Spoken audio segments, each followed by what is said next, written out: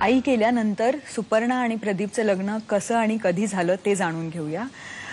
सुपर्णा, आई म्हणजे तुझं अगदी अक्षरशः बलस्थान होतं. म्हणजे पूर्ण आयुष्यभर त्यांनी ज्या प्रकारे तुला घडवलं, तर त्यांचं जाणं म्हणजे खूप खूप मोठा धक्का असणार. खूपच. म्हणजे मला तेव्हा जेव्हा डॉक्टरनी सांगितलं की काही नाही आईचं आहे, तेव्हा मला असं वाटलं की म्हणजे किती परीक्षा द्यावी मला, कारण मी आयुष्यभर परीक्षाच देत आले.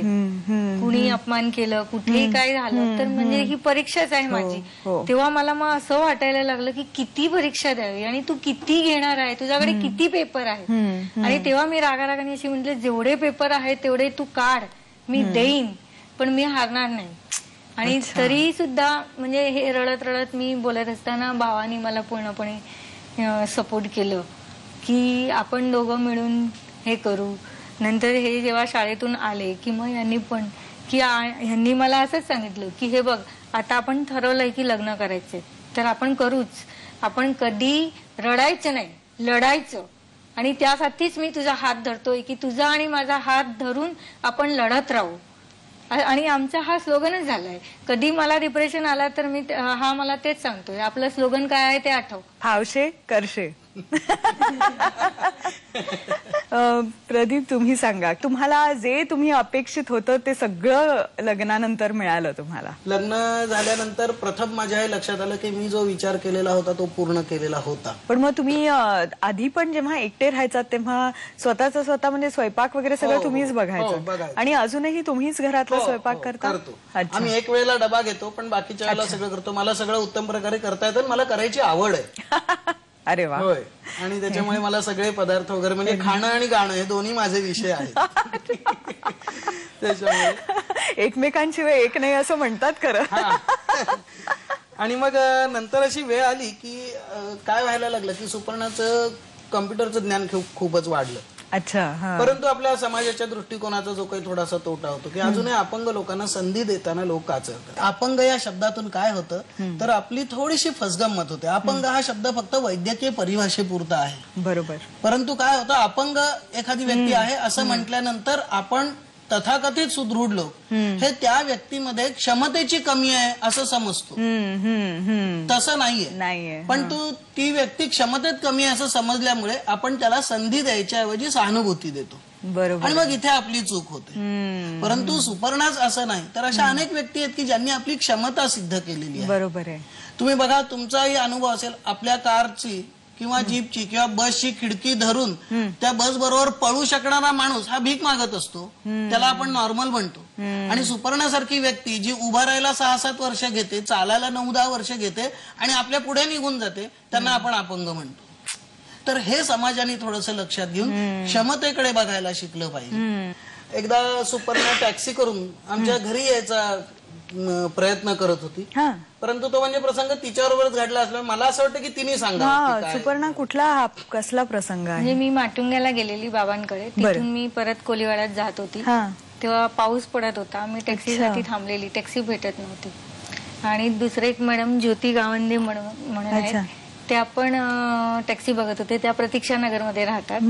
त्यामुळे आम्ही दोघंही टॅक्सीवाल्यांना विचारत होतो पण टॅक्सी भेटत नव्हती. शेवटी एक टॅक्सी भेटली तर आम्ही विचार केला शेअर करावं आणि आम्ही टॅक्सीत बसलो. मग बसल्यावर मग त्यांनी मला विचारलं, तुम्ही काय करतात, तुमचं नाव काय, कुठे राहतात, इथे कशाला आलेले माटुंग्याला. तर हे जे काय आमचं बोलणं झालं त्याच्यावरून त्यांनी मला असं सांगितलं की मॅडम तुम्ही स्टँडर्ड लाईफ इन्शुरन्सची एक्झाम द्या, जर तुम्ही त्याच्यात पास झालं तर मग फायनान्शियल कन्सल्टंट म्हणून तुम्ही काम करू शकणार. तुमच्या त्या ज्योती त्या आता तुमच्या बरोबर काम करतात का? नाही, आता त्या मैत्रीण म्हणून आम्ही एकमेकांशी बोलतो. अच्छा. त्यांनाही विचारू इच्छिते. ज्योती, नमस्कार.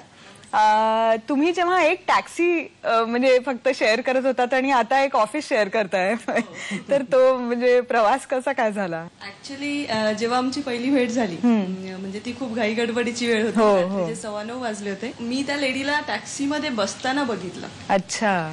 जनरली आपण असं बघतो, म्हणजे मला आता खूप फील होतंय की लोक टॅक्सीमध्ये किंवा गाडीमध्ये बसताना जर लागलं, जसं डोक्याला वगैरे लागलं, औच असं लगेचच भाऊ करण्याचा खूपच शौक असतो. आणि ही लेडी, ज्या लेडीला पाय फोल्ड करता येत नाहीये, अच्छा. ती कुठल्या पद्धतीने बसतीये हे जेव्हा मी बघितलं तर मला खूप उत्सुकता वाटत होती की ही लेडी कशी सर्व्हाइव्ह करते. I want to know all this. स्पॉटवर आम्ही रोज भेटायचो. अरे कारण मी MBA करते. ही विलक्षण माझा मैत्री आहे. class, 8:30ला संपायचा आणि आम्ही तिथे भेटायचो आणि आम्ही शेअर करायचो. आणि मला वाटलं की ती लेडी फक्त फिजिकली हँडिकॅप आहे. जे नॉर्मल व्यक्तीमध्ये पण जी क्षमता नाहीये. म्हणजे मी आज त्यावेळेस मी 20 लोकांना हँडल करत होती. ती क्षमता मला नॉर्मल लोकांमध्ये पण दिसली नाही, ती मला त्या मॅडम मध्ये दिसली. आणि मी त्याच्या तोपर्यंत त्यांचा पास्ट एक्सपिरियन्स ऐकला होता की म्हणजे 7 वर्ष ही लेडी पार्ट टाइम जॉब करते, कम्प्युटर टीचर, हात म्हणजे हँडिकॅप असताना सुद्धा मुलांना शिकवते. आणि त्यात तिला पगार त्या लेडीला मिळतो फक्त आणि फक्त 2,000 रुपये. मी म्हटलं मॅडमला की बाबा मॅडम, मी तुम्हाला एक अशी अपॉर्च्युनिटी देऊ शकते की तुम्ही स्वतःलाही प्रूव्ह करू शकता आणि नक्कीच इथल्यापेक्षा जास्त इन्कम मी देऊ शकते. मी काय तुम्ही कराल त्याच्यातच तुम्हाला. मॅडम लगेच हो म्हणाल्या. आणि ऍक्च्युअली तसं बघायला गेलं तर लिगली आणि आमच्या रुल्स अँड रेग्युलेशन्स नुसार हँडिकॅप नसू शकतो फायनान्शियल ऍडवायझर. त्यांना मी एक्झामला बसवलं, फर्स्ट टाइम त्या फेल झाल्या. अच्छा. मेन थिंग इज दॅट की त्यांनी गिव्हअप न करता पुन्हा त्यांनी एक्झाम दिली. आणि सर आणि आम्हीच होतो त्यावेळेस, आम्हाला माहितीये. Literally she was crying. मी नाही देऊ शकली. म्हणजे ऍट द एज ऑफ 41 किती डेडिकेशन आहे की मी नाही देऊ शकली. आणि नेक्स्ट टाइम त्यांनी एक्झाम दिली, त्या पास झाल्या. आणि एक्झाम दिल्यानंतर लायसन्स हातात मिळाल्यानंतर पहिल्या 15 दिवसात त्यांनी 2 लाखाचा बिझनेस केला. आणि आता म्हणजे तुम्ही आता तिकडे नोकरी करताय आणि काय टायमिंग असतात तुमचे? नाही, इथे फायनान्शियल कन्सल्टंट मध्ये टायमिंग नाही. कस्टमरची अपॉइंटमेंट घ्यायची, त्यांनी जी अपॉइंटमेंट दिली तर मी आणि आता सर येतात माझ्या बरोबर. अच्छा. अभिमन्यू माने म्हणून. आम्ही जाऊ, कस्टमरशी बोलू आणि मग परत येऊ. नमस्कार. तुम्ही आता सुपर्णा बरोबर काम करताय. ऍक्च्युली ज्यावेळेस ज्योती करत होती ना काम, त्यावेळेस मी त्यांना बघितलं होतं आणि विलक्षण त्यांच्यामध्ये आत्मविश्वास एवढा होता की त्या कधी मेहनत करायला तयार होता. नॉर्मली लोक परिस्थितीचा भाव करतात ना की अरे लोक अपॉइंटमेंटच देत नाही, ते बिझी आहेत, त्यांना वेळच नाही आणि ते आउट ऑफ टाउन आहेत. पण ह्यांना तो एक्सक्यूज कधीच नाही. त्या नेहमी बोलतात की हा अपॉइंटमेंट आहे सर, 4 वाजता एक अपॉइंटमेंट आहे, परत 6 वाजता एक अपॉइंटमेंट. म्हणजे समोरून उत्साह आहे काम करण्याचा. आणि त्यांनी परिस्थिती कधी म्हणजे कॉलवरती वगैरे गेलो ना, काही काही बिल्डिंग मध्ये लिफ्ट वगैरे नसेल तर 2 माळ्याच्या 3 माळ्या बिल्डिंग असेल तर त्यांना पकडून जरी वरती घेऊन गेलं तरी त्या थकत नाही. त्यांचा आत्मविश्वास लेवलच एकदम हाय आहे ना, त्यामुळे अजिबात निगेटिव्हिटीच नाही त्यांच्यामध्ये. कधी त्यांना SMS वगैरे केले, फोन केले की सर अपॉइंटमेंट रेडी आहे. आणि ज्या लोक निगेटिव्ह देतात त्यावेळेस लोकांना 1-2 निगेटिव्ह आले की ते त्यांना परत कॉलच करत नाही, रिलेशन खराब होतील. पण त्या बोलतात न फोन केल्यामुळेच रिलेशन खराब होतात. क्या बात आहे. आमच्या गुजरातीमध्ये अशी कहावत आहे, बोर वेचवा होय तो बोर लेव कहिए तोच बोर आपली पासे लेवा. बिझनेस ह्यांच्यापेक्षा कोणालाच येत नाही हे खरं.